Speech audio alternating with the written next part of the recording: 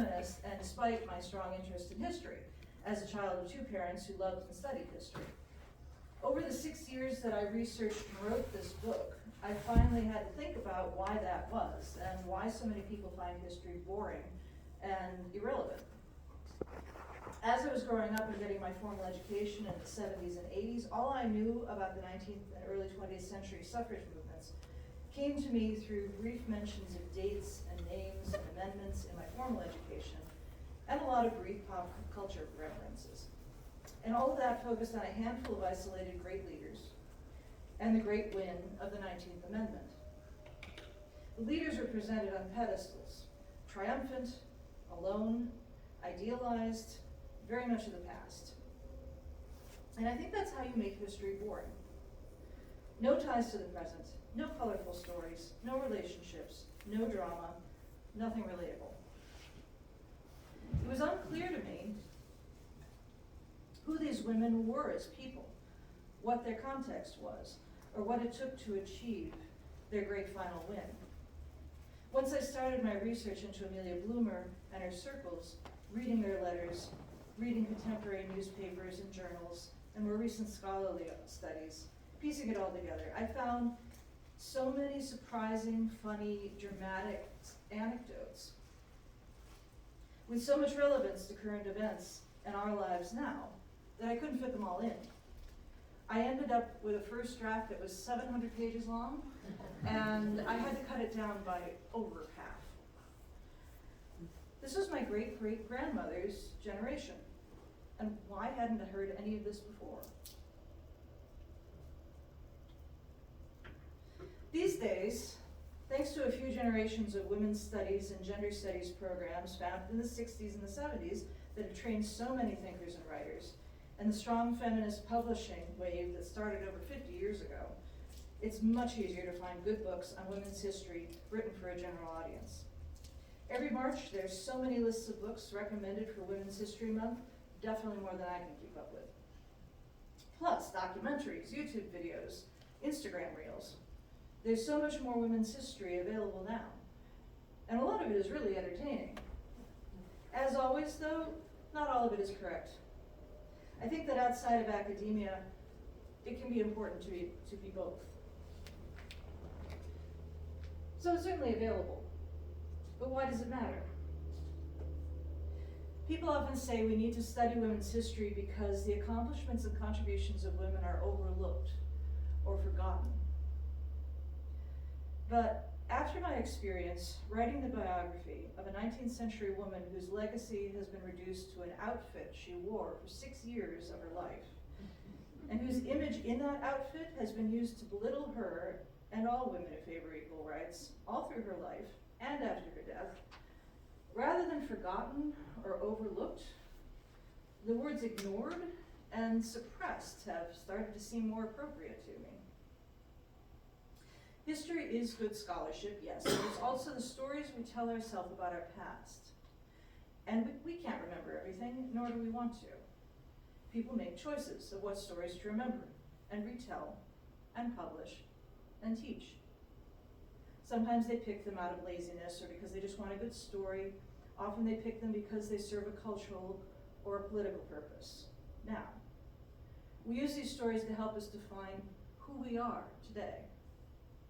And the ones we choose and how we tell them changes with the times and with changes in politics, in social values, and other perspectives. We do need to be careful not to mindlessly repeat stories we've heard, tempting as it always is, especially when it's a good story that makes us feel good or affirms something we believe. We need to be curious about where the story is coming from and think critically about the choices being made. Here's a chart from the website of the National Women's History Museum, from their study of social studies standards for K-12 education. It's a portrait of how women's history is being taught now. On that site, it says that their scholars found almost 2,000 mentions of women, women's history, and women's roles within all the state standards in the United States. Here's some of their findings. K-12 state standards overall tended to celebrate individual leadership and achievement. They address a minority of topics and groups, rather than indicating the breadth and depth of women's history. They overemphasize women in their domestic roles, without placing women's activities in broader economic, cultural, or political contexts. They emphasize a small number of topics and eras commonly associated with being women-centric, such as the progressive era and women's suffrage, as if a given time has more women in it than other times. The presentation of women within the standards doesn't reflect current scholarship, and the standards do not reflect current trends or ideals for education. There's been a strong interest in motivating girls to embrace science, technology, engineering, and mathematics, but social studies standards provide few historic examples of women or their achievements in these fields, which affects the perspectives of children of all genders. Without connection to our goals and interests and current events, history can appear irrelevant and dull. Great leaders and historic milestone events can feel very distant from our lives and far beyond our abilities. And the stories that we choose to tell children, in particular, often say a lot about how we envision the world. When I first started to research Amelia Bloomer, I realized how popular suffrage history is as a topic for girls. Not children so much. The books and materials are almost entirely aimed at girls. Some are great and accurate and genuinely inspiring. Those are usually the ones about the more recent figures. An awful lot of the picture books and other media about the 19th century women made for children and in pop culture in general are not surprisingly cute and not all that accurate. Strangely, they often echo how these women were dismissed in the past.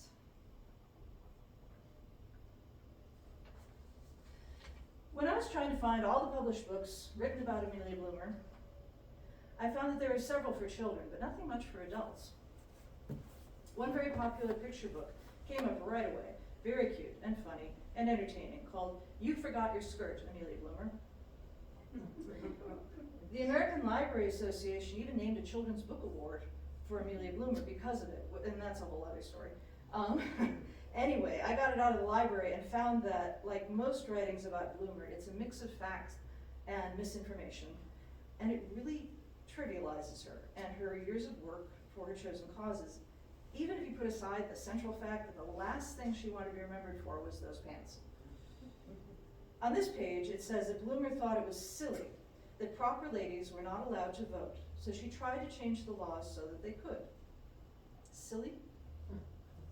This is cute and pretty, and it manages to simultaneously belittle Bloomer, misrepresent and mangle the true story, which is great, and underestimate the intelligence and sense of justice that child readers have. And again, it isolates her. She wasn't doing this work alone. She was part of big groups all the way through. Those women supported each other. They showed up together. They weren't alone against a crowd. And she made so many lifelong friends doing this work. Why couldn't they be in this picture too? I have a rant for almost every page of this book. I'll just say it would not be hard to present this history in an enjoyable, inspiring, and accurate picture book. I actually volunteer at Buffalo Street Books in Ithaca, and I shelve great ones every week. But this is not it. And it frustrates me because a lot of work went into it, and it is popular. But it fails at what it set out to do, which is to tell the story of Amelia Bloomer. The true story is so much more interesting, and if you're going to write about history, you should do everything possible to get it right. Otherwise, you're writing historical fiction and probably repeating false information. And I truly think that unless we know what has been said and done by generations before us, we have no idea whether we're building on their work or merely going around in circles, wasting energy on the same arguments they debunked generations ago. Here are some pictures of real women from the early 19th century women's movement. A lot of them were through town here. Why is it worth knowing about them and what they said and did and wrote? Aren't their ideas outdated now? Haven't we built on them and achieved more than their wildest dreams? I'm afraid that yes, we have, and no, we have not. Some of these women gave speeches in the 1850s that are unfortunately still very relevant today. And they are excellent role models for ordinary people who want to get involved but don't know where to start. These women helped start the women's rights movement in the United States with much less education and power and money and confidence than most of us here have today. They did this in a country where slavery was legal, assaulting your wife was legal, killing her might get a man a few months in jail, marriage was economically necessary, and divorce was almost impossible. The majority of women had no access to decent paying jobs or higher education, and almost no legal rights of any kind, especially the married women. They could not buy or inherit or control any form of property in most cases. They would usually lose custody of their children if their husband died or they divorced him for any reason at all. All the women shown here were well known and influential and devoted their lives to speaking, writing, and organizing for the rights of women, including the right to vote. On the top row, left to right, are Lucretia Mott, Susan B. Anthony, Elizabeth Cady Stanton with her two boys, Sojourner Truth, and the Reverend Antoinette Brown. On the bottom row, left to right, are Abby Kelly Foster, Sarah Grimke, Angelina Grimke, Frances Ellen Watkins Harper, and Lucy Stone. They were all lively personalities and powerful public speakers, even though they all grew up with the ingrained belief that women should never speak in public. Except for Lucy Stone and Antoinette Brown, who went to Oberlin together, they had 8th grade educations at best. They edited newspapers, they wrote books. Many gave speeches from the same stages, often with at least 2 of the others waiting their turn. Several of them strongly criticized others and disagreed on goals and strategy, and those disagreements still have much to teach us today. Not one of them lived long enough to vote for president herself, but they spent their lives working for their rights anyway, without that big historic win, being told that they were too out of the mainstream, going too fast, going against human nature. They're role models for doing the work and learning from failure and trying again. Not giving up because you feel the world is against you or because you lost this round.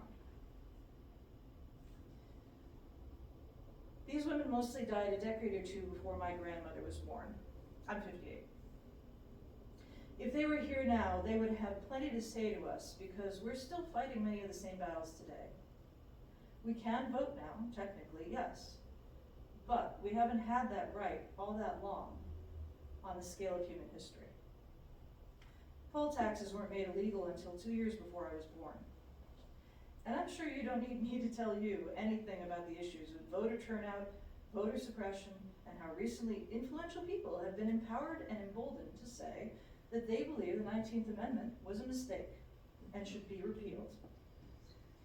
Those people who say that now are also the great-great-grandchildren of the men and women who told these women that it was delusional and immoral and unnecessary for women and black people and poor white men to have equal voting rights and equal rights across the board. If you know these women, you know that you would have a lot to talk about with them. And you and they would be equally outraged, as I was, to discover how little the conversation has moved on since their time. They would be absolutely thrilled by all the gains, and they would definitely be shocked by some of them, but so disappointed in the prejudice and the obstacles we still face. Their fight is far from over. It's still our fight too.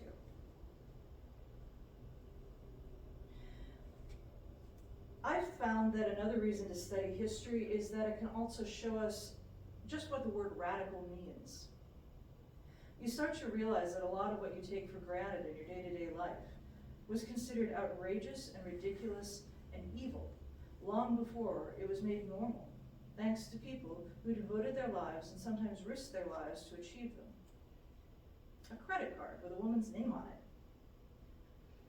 Trousers at a job with a salary and benefits. A woman getting up in front of a crowd of men and women to give a talk. All of those women activists that I just showed you knew the story of this fire, and some of them were there. In the 1830s, it had become so difficult for the abolitionists and other reformers to rent space in Philadelphia for their conventions and lecturers that they built this hall for themselves. And they called it a temple of free discussion.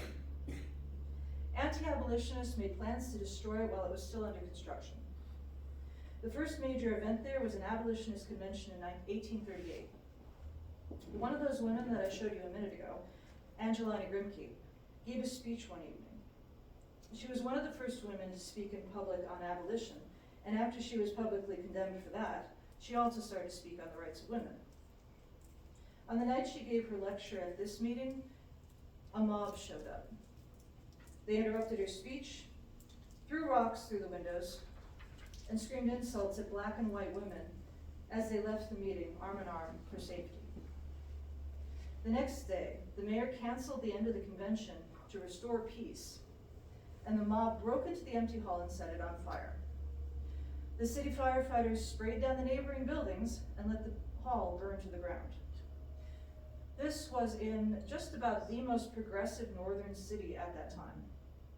So, this was part of the cultural atmosphere when those women decided to get involved in politics. And also, this is an example of how history can teach us that just because a new idea seems strange or obviously wrong to you doesn't mean it isn't right. You need to consider it carefully before you decide to accept or reject it. Amelia Bloomer was a great role model for that. She was never the first to adopt a new idea. She was in many ways a traditional, village-raised, devout, Christian married woman with very strong personal values. And she was also open-minded. When she was presented with a new idea, she would deeply consider it in light of her existing beliefs, argue through it with other people, and finally decide what she thought. But also, guess what? Susan B. Anthony didn't become convinced that women should have the right to vote until several years after Bloomer did. And that was very normal. Most women wanted nothing to do with the subject of women's rights. Reading through Amelia Bloomer's newspaper, The Lily, I was struck by how often it addressed women who believed that they already had all the rights they wanted or needed. Here's a quote from one of her editorials in 1850. To many, it is a startling proposition that woman should be the peer of man in the investigation of science, making laws, and meting out judicial decisions. But it is only startling because it is new. The proposition that all men are created equal once startled our political mother across the waters, yet it was a self-evident truth. Because it is startling does not prove it false. So let me jump forward to the 1920s, after the 19th Amendment, and the woman that is my next biographical project. These are members of the National Women's Party in 1920. When the 19th Amendment passed, it was a stunning historic achievement. There is no doubt. But the women organizers did not pack up their desks and go home. In 1923, Alice Paul and the National Women's Party, including my subject, Alma Lutz, proposed an Equal Rights Amendment. Alma Lutz would devote her career to working for the ERA starting in 1923. And once again, before I started researching her as a way of learning more about this period for myself, I thought the ERA movement didn't get off the ground until the 1970s. But once again, I found a whole generation of talented, fascinating, influential women who wrote and spoke and lobbied for almost 50 years before that.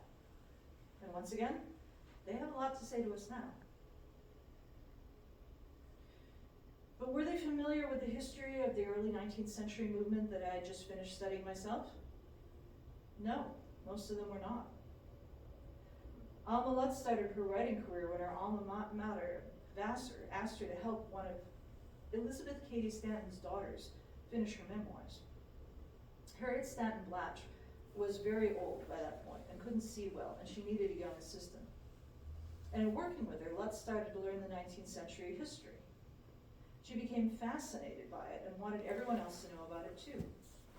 She ended up writing 7 books of women's history, including several biographies. They were very well researched and enjoyably written, with a general audience in mind. They did well when they came out. But when I was researching those same women over 50 years later in my study of Amelia Bloomer, I didn't run across a single one of these books because guess what?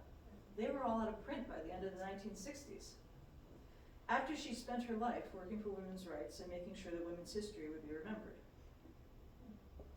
In 1968, Alma Lutz wrote a letter responding to an article in the Vassar College magazine that stated that most undergraduates now, 1968, think that civil rights for women are old hat. Remember the women in the 1850s who had all the rights they wanted? It seems that many things never change. Lutz went on to say this is probably true because neither they nor their mothers nor their college have made it plain to them that winning the vote did not give them equal rights with men. They have been encouraged to be family-oriented rather than be full-fledged citizens as well.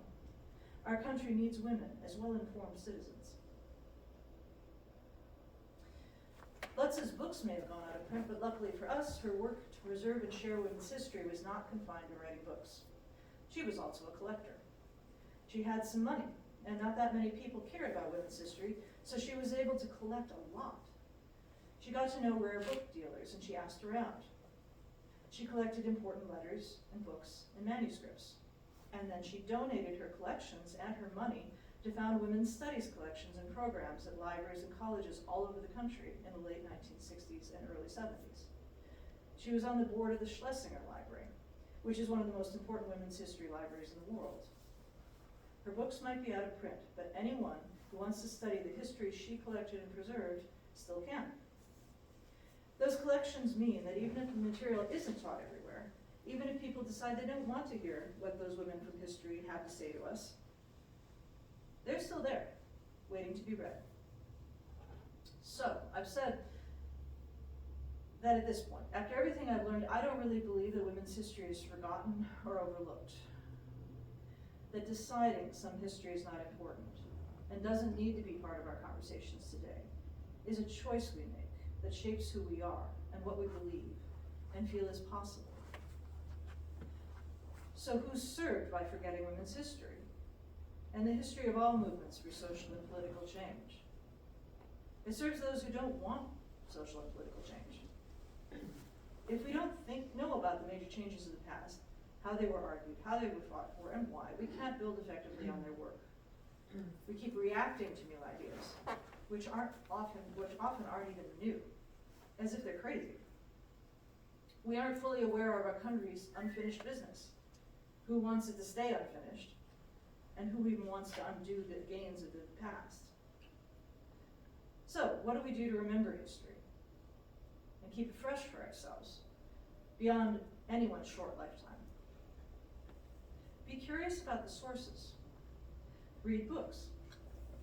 Be aware that the story you've been told may sound perfectly plausible, may inspire strong emotions, or it may inspire boredom, but the fact that you heard it at all, rather than some other perspective, might serve somebody's purpose.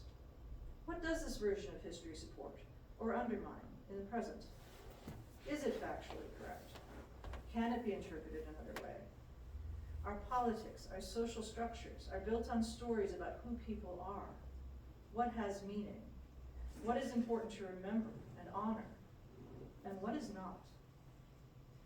And right now, we are living through a period when the gender and race studies programs founded in the 60s and 70s and the historic exhibits and signage related to them are being shut down and removed. Governments and other institutions have often done this when they want their version of reality to be the only one available. So, reading accurate, interesting history is important, sharing it, talking about it, and I know you have a book club. And another thing you can do is imitate Alma Lutz and collect it. This museum, or the Homewell Museum, began from a personal collection. What's the history of your lifetime? I just met a woman who actually burned her bra with a group of women in the 70s, and I've read a lot of people saying that that was a myth. It never happened. She said, yeah, well, yes, it did. And I can introduce you to 2 other people that did it with me. So I'm going to interview her. Do you know people who have been involved in politics and social change? In making your town what it is today? You find those stories. Find the people who can tell them, or who might have written them down. Figure out how to record and save them for future generations. History can be made and remembered and passed on by all of us, and it needs to be. Happy Women's History Month, and thank you.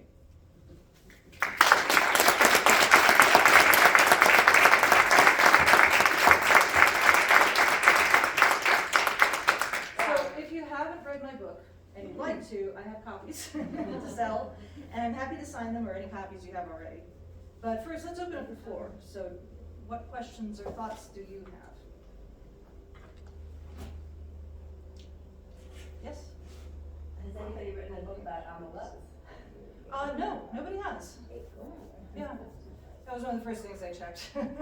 Is how many thousands of books about George Washington. But yeah, not one about her so far. Yes? So Susan B. Anthony burned all the papers Yeah. as she wrote with Gage and Stanton Yeah. the 6-volume history of stuff. Yeah. Why? Why? Susan B. Anthony liked to control the narrative. And so she did the same thing with her own autobiography. She wrote it, and then all the papers, there was a bonfire in the backyard. So it's hard for other people to write a new one. Although now it's easier because we have the internet and people have digitized their archives, and it's easier to access everything. I couldn't have written my book without the internet and without digitized collections, because there's so many little bits and pieces all over the place that that you wouldn't be able to pull together otherwise. But yeah, no, she didn't want anybody else to tell her stories. She said this is the way it is, and that's the way it's going to be. And actually, in my book, there's a little bit. I have a lot more of Amelia Bloomer being extremely annoyed with her and Gage and Stanton for the way they wrote that history, and asking her to help them, but then only wanting certain parts of it and wanting to tell it the way they saw it. So, yeah.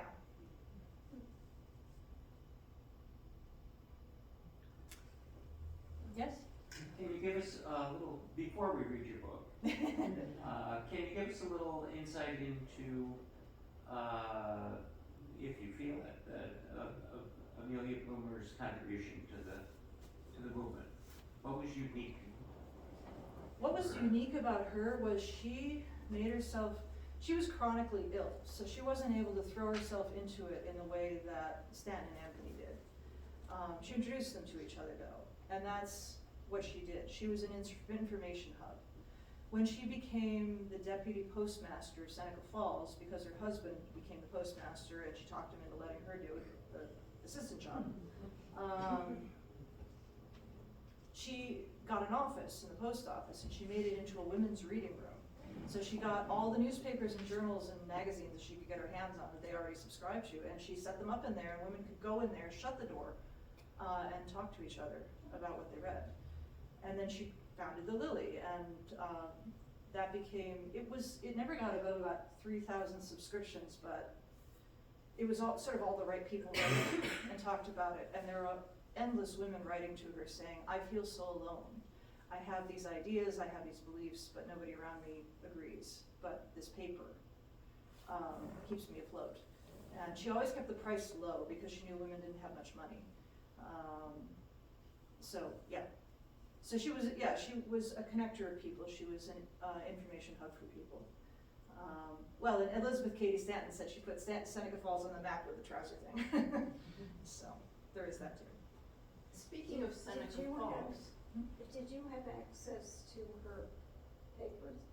Yes, and the Seneca Falls Historical Society has 3 boxes that her niece gave them, and then the Council Bluffs Public Library, out across the river from Omaha in Iowa, has a bunch of other things, but frankly there isn't a lot. It's one problem. I belong to a biographers group, a national organization, and everybody complains that people don't keep women's papers. They always keep the men's papers.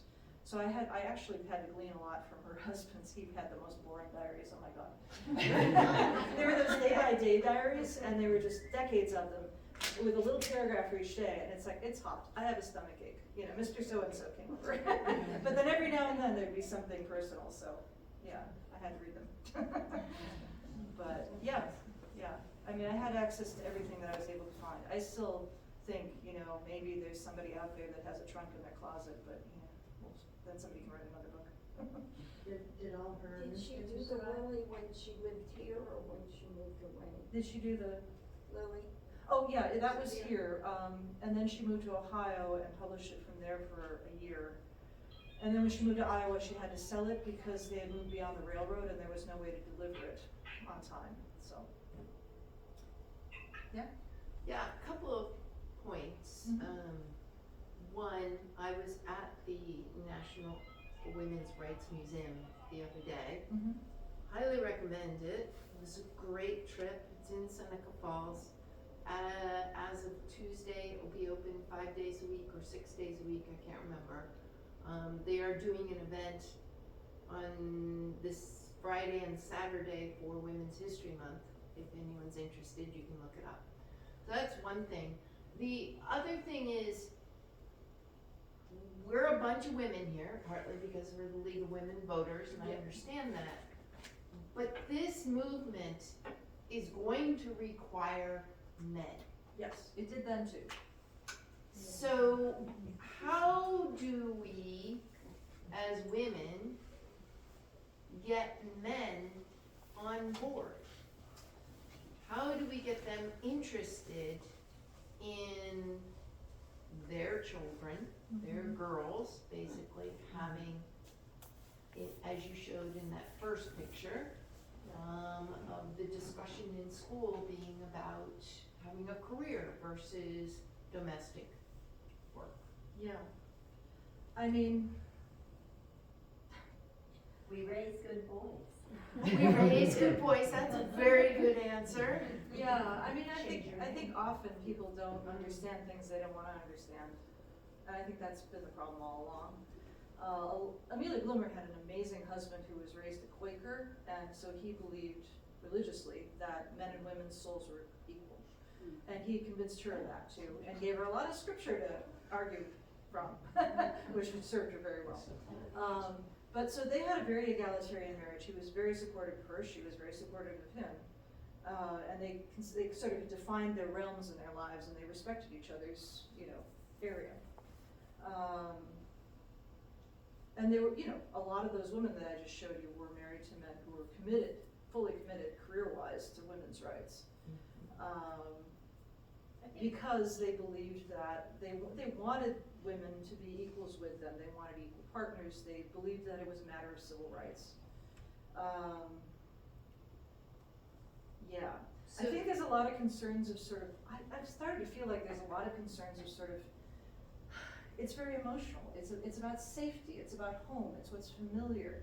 And I think that a lot of men have been raised to feel that if they are not in control, they're not safe, and they're not loved. And maybe it's their job to be the breadwinner, I mean, to take care. There is that too. Well, that's the other thing. Women had a social revolution and still haven't had one. That's You an know, interesting Men are point. still really hidebound to these definitions of masculinity that trap them into these very narrow roles in a way that women aren't so much at this point. Women have other problems. But I mean, just raising a girl and a boy and watching them go through high school, she had a lot more options than you did. Yeah. My son would say the same thing. Yeah. Yeah, Alia. What was Amelia Bloomer's thought about why they left behind the black people's right to vote in their movement? I'm sorry, Like, black people were together with women Yes. for the right to vote. Yeah. But they left behind them, they didn't, at the end. Oh, What the- was her thoughts about it? yeah, she was very much in favor of everybody getting to vote simultaneously. There was a huge split over that, of course, because Elizabeth Cady Stanton and Susan B. Anthony were outraged when black men got the vote and women didn't. And Elizabeth Cady Stanton said a lot of incredibly eye-wateringly racist things at a time that don't tend to get put on postcards. Right in front of her friend Frederick Douglass too, who she'd known most of her life. Yeah, there was a lot of scenes that I didn't put in the book that were just wow, because they weren't relative to her. But Amelia Bloomer basically was on the side that split with them, that said that everybody deserves to have equal rights. This should all happen at once. Yeah, and was less sort of, I don't know, there were a lot of different ways that people were politically opportunistic in the 19th century, they would say, but some of it is kind of the same way that people are now. They say, wait your turn. You're going too fast, we're gonna do this easy thing first, and then we'll do the other thing, instead of everybody standing together. So that definitely happened then too. And Amelia Bloomer supported defiance of the Fugitive Slave Act. She supported black women joining temperance organizations because temperance was her primary thing. Yeah, I think she was not the most enlightened person of that period, but she was Elizabeth Cady Stanton. I think that's about the best I can offer. The problem with it is that that wasn't one of her primary topics, and most of what I know about her comes from meetings, things other people said about her, and newspaper reports. So, yeah, but finding where she would actually discuss those things. She did have a couple of columns about them though that I quote in the book. But yeah, I think she was certainly racist as well, in the sort of ingrained way that pretty much like 95% of people were. She had friends who were less so. But she was also very committed to the idea that everybody deserved equal opportunity and the vote. So, yeah, that's about all I've got. I think we can't end this conversation without mentioning the Save America Act, which unfortunately makes women very, very vulnerable, especially women who have changed their name, taken their husband's name when they got married, which is something ridiculous, like 98% of women in this country have done that. And if the Save America Act actually passes, it means whenever you go to register to vote for a federal election, you will have to provide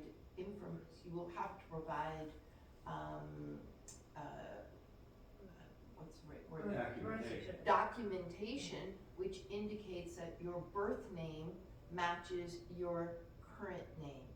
And if it doesn't match, you have to provide the extra documentation showing that your name was changed legally, that you are the person that is on your birth certificate. And I will tell you, in my particular case, is a little interesting story. My first husband was from Scotland. I took his name when I got married. We got divorced.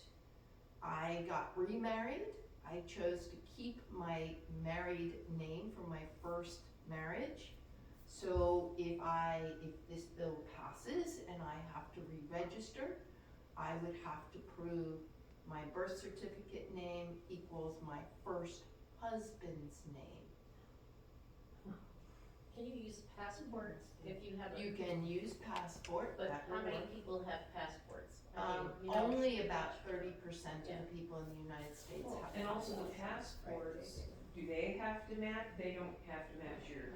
No, Because because they when you go through supposedly the have done process of research, getting the right? passport, the Okay. research has already been done. Okay. It's difficult. So, yes, but anyway, that I'm pointing it out as a structural system here in the United States that in this case makes women extremely vulnerable. And the poor. But in New York, you do not have to, you can just change your name by usage. The law allows you to do that, so you have no proof. Proof. Interesting, interesting. That part I didn't know, Andrea, I'll be honest with I you. went through it. You did, okay. But that, these are the structural things that make women vulnerable in today's society right now. And as a group of people, we should be thinking ahead about, how we reduce that vulnerability for all women. Don't change your name if you get married. Well, that is obviously, now that's in the hindsight, we now need to know that. But what other things should we be paying attention to? And I can't say I've thought about it, but it's a good thought process. And, oh, we have a couple of minutes, we're early, guys, this is amazing. So, Kendra, how long do you have to have used, the name that you wanna change by usage? You just do it. So, if you took a married name, you could change back to your maiden name, Just by and your, verification would be much easier. No, it was not. It would not, it would be even more complicated if you went back to your maiden name. No, I didn't go to my maiden name, I told another name. I chose another name. No, but I meant if, under this law, Yeah. if in New York State, Okay, so yes, you could use your birth certificate. If I you could went use my back to birth your name. maiden name. or birth name, and then I would bypass the new system, the new Oh. proposed system. Well, I got a problem. I mean, the SAVE Act is a congressional act, and Congress does have control of federal elections. Yes. New York say has federal. control of all the others. You can't bypass. There will be federal. lawsuits, I mean, if this bill does pass, there will be lawsuits immediately. Well, and it needs to work for all of us, you know, case by case basis, sure, there's ways that all of us could get around it, but it needs to work for everybody. Exactly, no argument. Did you have a? I was wondering if Amelia Bloomer and Lucretia Mott were particularly aligned. Yeah, they often were, but Lucretia Mott was much older. She was sort of the honored elder of the movement, and they didn't cross paths that much. They were on the same stage at various conventions and so forth. But yes, no, they did have similar perspectives a lot of the time. Lucretia Mott was really unhappy about the 15th Amendment thing when that whole split happened. So, yeah. You mentioned Gage once. Mhm. Was there any relationship there? No, Gage was too young, and Amelia Bloomer left this state in 1853, and Gage didn't even get involved until after the war. Vivian? I was in a club where someone gave a report on Amelia Bloomer, and I want to know if this one thing that I remember is fact or fiction. Okay. And she said that Amelia Bloomer stopped wearing the bloomers because men were just looking at her ankles and not listening to her. No.